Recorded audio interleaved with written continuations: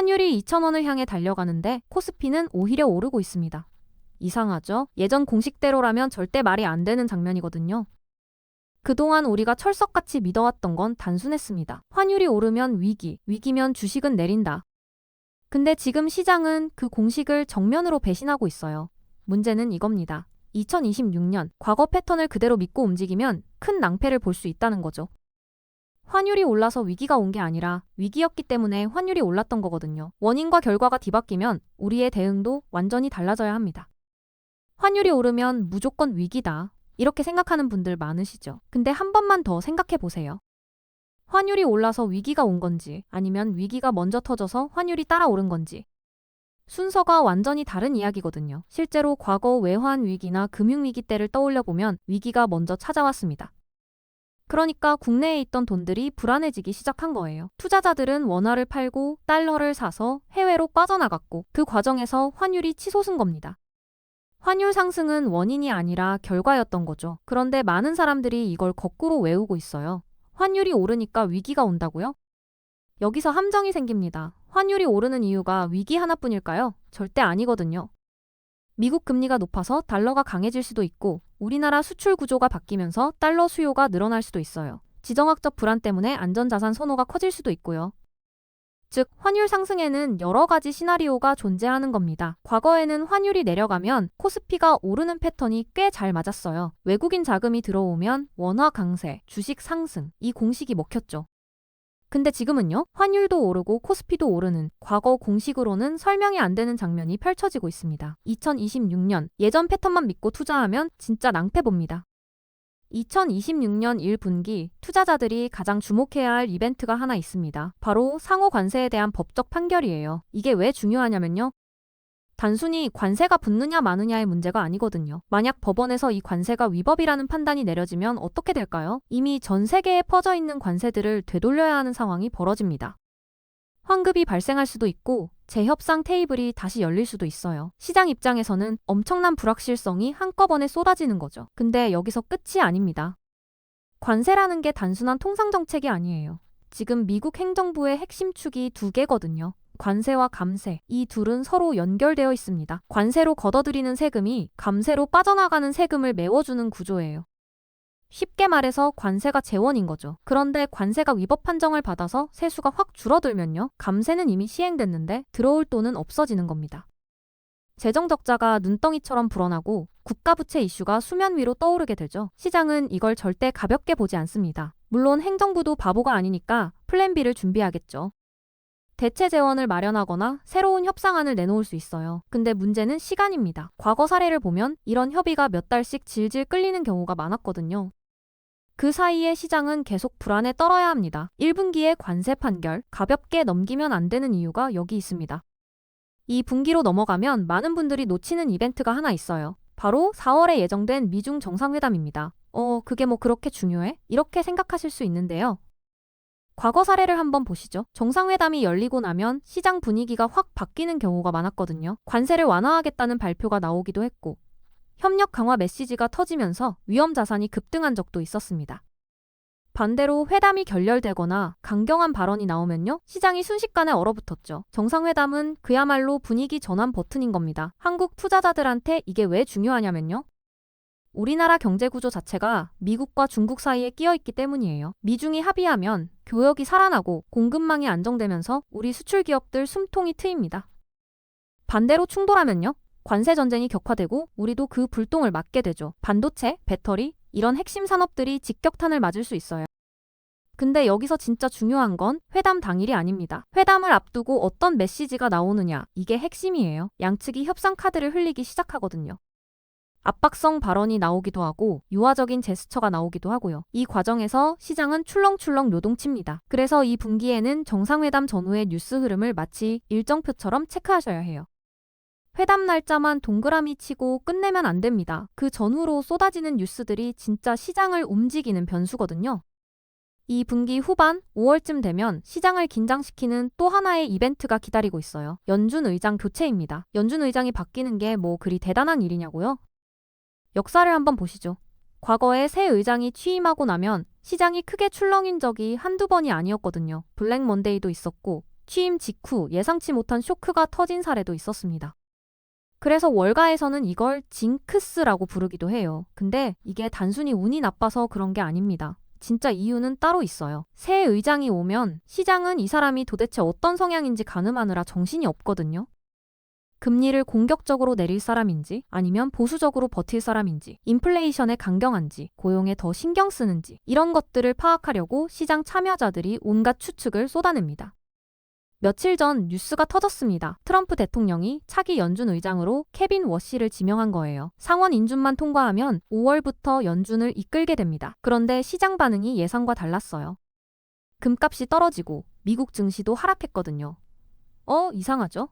트럼프 대통령이 그동안 금리 내려라, 돈 풀어라 압박해왔잖아요. 그 말 잘 들을 사람을 안 쳤으면 시장이 좋아해야 하는 거 아닌가요? 케빈 워시가 누군지 알아야 이해가 됩니다. 이 사람 원래 매파예요. 2006년에 35살로 역대 최연소 연준 이사가 됐는데 금융위기 때 버냉키 의장이 돈을 풀려고 하니까 공개적으로 반대했던 인물이거든요.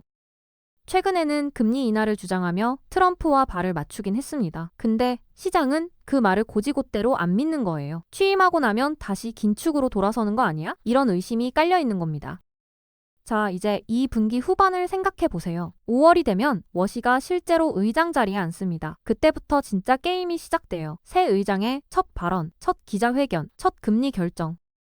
시장은 이 모든 걸 현미경으로 들여다보면서 이 사람이 진짜 비둘기인지 매인지 판단하려 할 겁니다.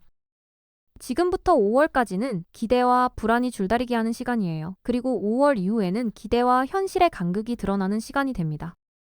3분기에 접어들면 시장에 찬물을 끼얹을 수 있는 시나리오가 하나 있어요. 바로 금리 인하 사이클이 끝나는 겁니다. 금리 인하가 끝나면 뭐가 문제야? 더 이상 안 내리면 그냥 거기서 멈추는 거 아니야? 이렇게 단순하게 생각하면 안 됩니다. 핵심은 시장의 기대와 현실 사이의 괴리거든요. 지금 시장은 연준이 올해 2번 정도는 금리를 내릴 거라고 기대하고 있어요. 어떤 사람들은 3번, 4번까지도 바라보고 있죠.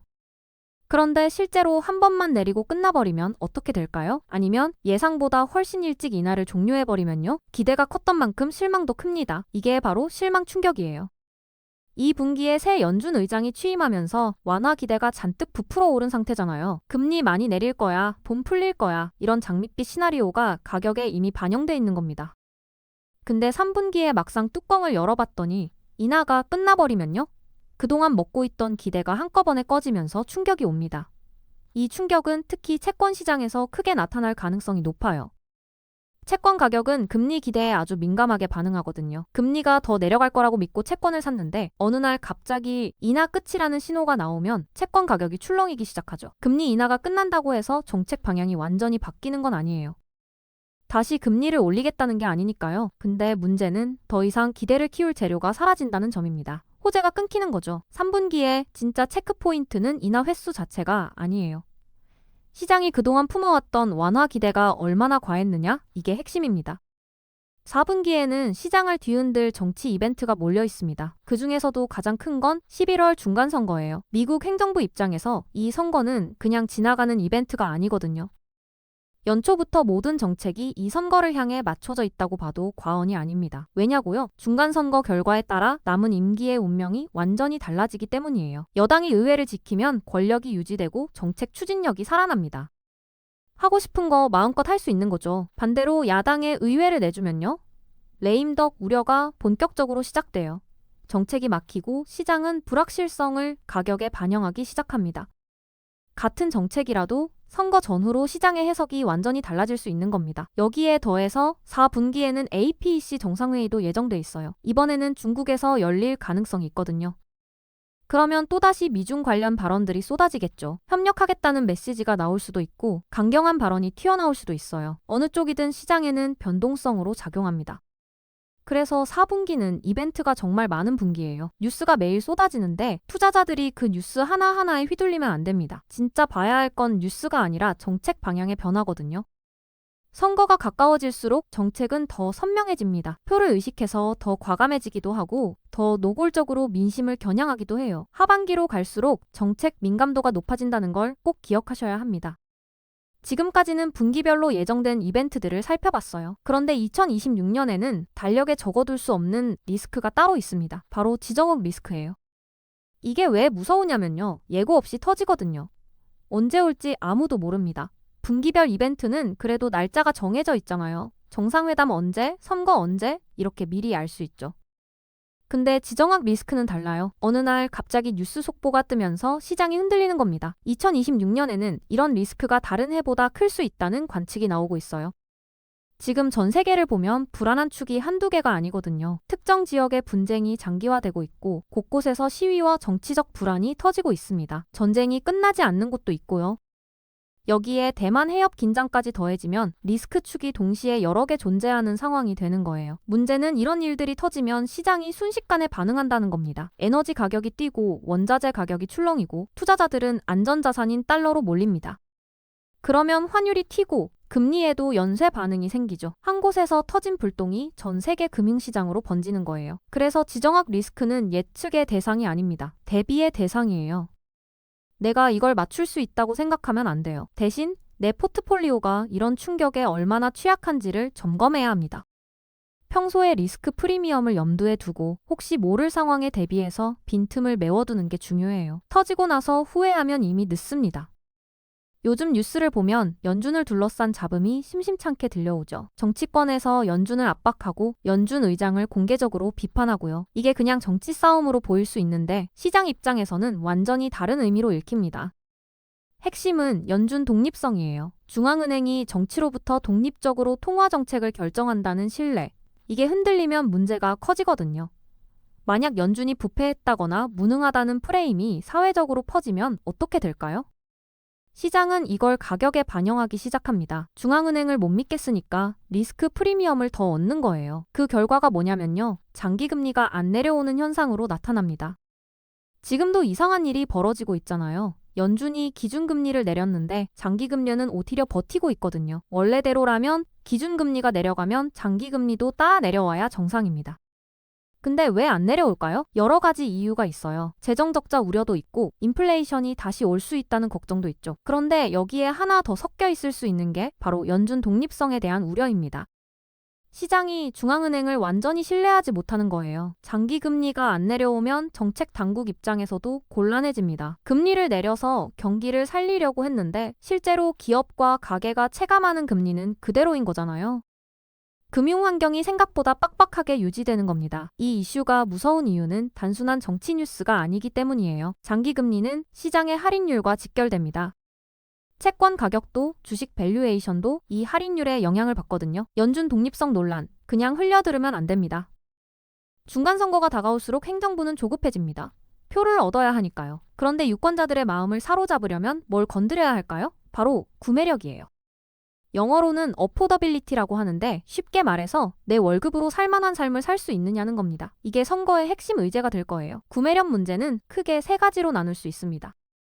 첫 번째는 생필품 물가예요. 마트에서 장 볼 때마다 한숨이 나오잖아요. 달걀값, 우유값, 고기값이 다 올랐거든요. 행정부 입장에서는 이걸 어떻게든 눌러야 합니다. 그래서 특정 품목의 관세를 낮추거나 유예하는 정책이 나올 수 있어요. 수입 식료품 가격을 내려서 물가 부담을 줄이겠다는 거죠. 두 번째는 주거비입니다. 월세가 너무 올라서 젊은 세대들이 비명을 지르고 있거든요.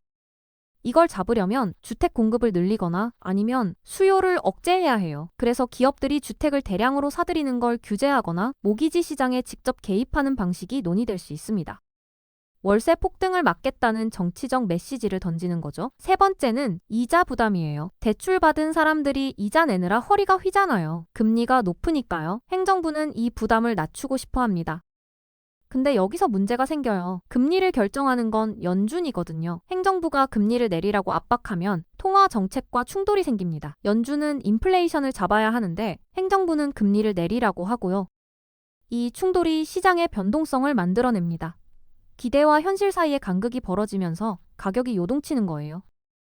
이제 처음에 던졌던 질문으로 돌아가 볼게요. 환율은 높은데 코스피는 오른다. 이게 어떻게 가능한 걸까요? 예전 공식대로라면 절대로 안 되는 장면인데 말이에요. 이걸 이해하려면 지금 벌어지고 있는 두 가지 구조적 변화를 알아야 합니다. 첫 번째는 정책 불확실성이에요. 환율이 한 방향으로 쭉 가는 게 아니라 정책 발표 하나에 V자로 요동치는 겁니다. 관세 붙인다고 하면 확 튀었다가 유예한다고 하면 다시 꺾이고요. 방향을 예측하기가 너무 어려워졌어요. 두 번째는 통화 정책의 대분기입니다. 쉽게 말해서 각자 도생이에요.